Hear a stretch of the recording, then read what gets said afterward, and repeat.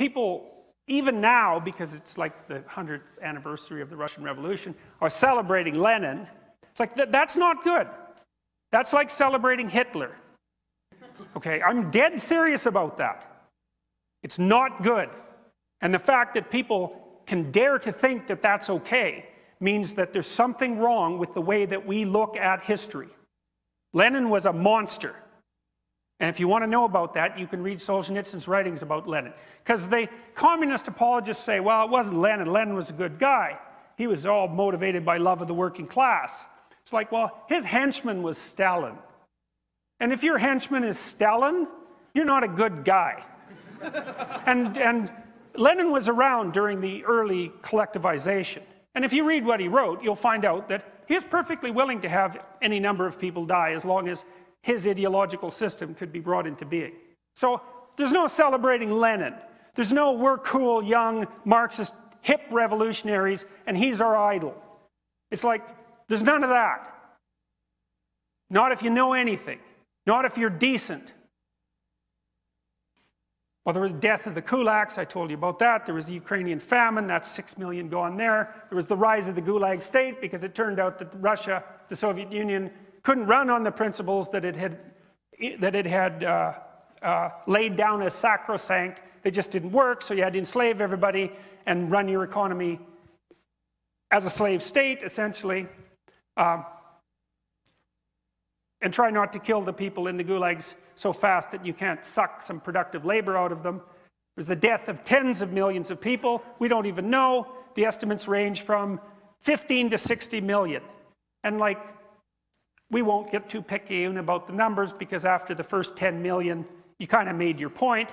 And the fact that we don't know between 15 and 60 is actually an indication of the horror of it.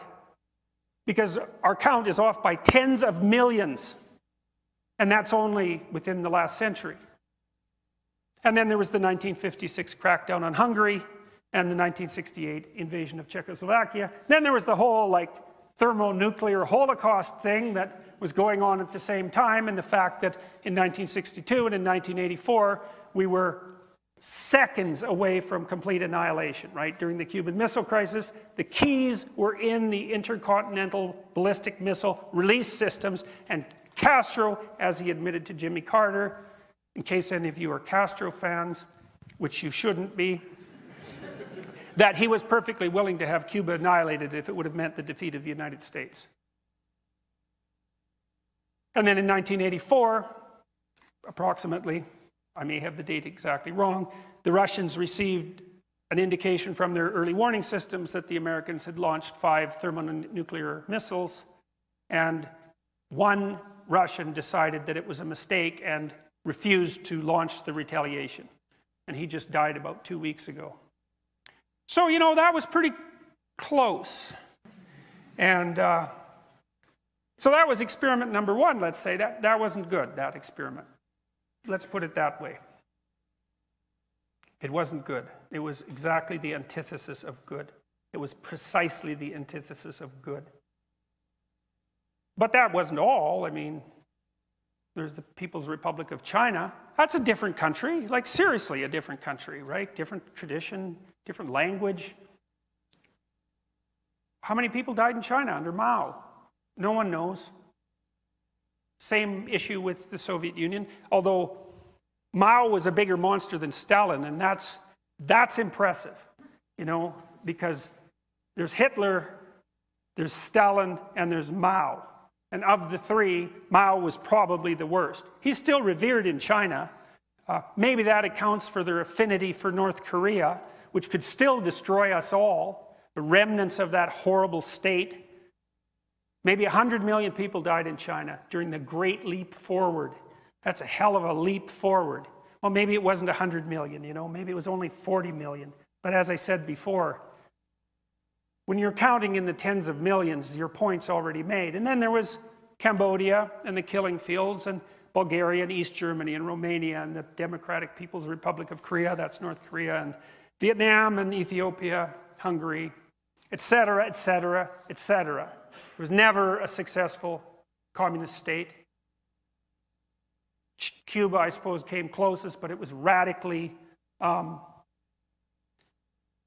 Soviets poured money into Cuba, so that doesn't really count.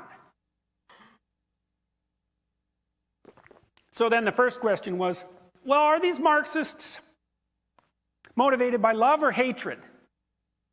Well, is it love or hatred that produces 100 million dead people?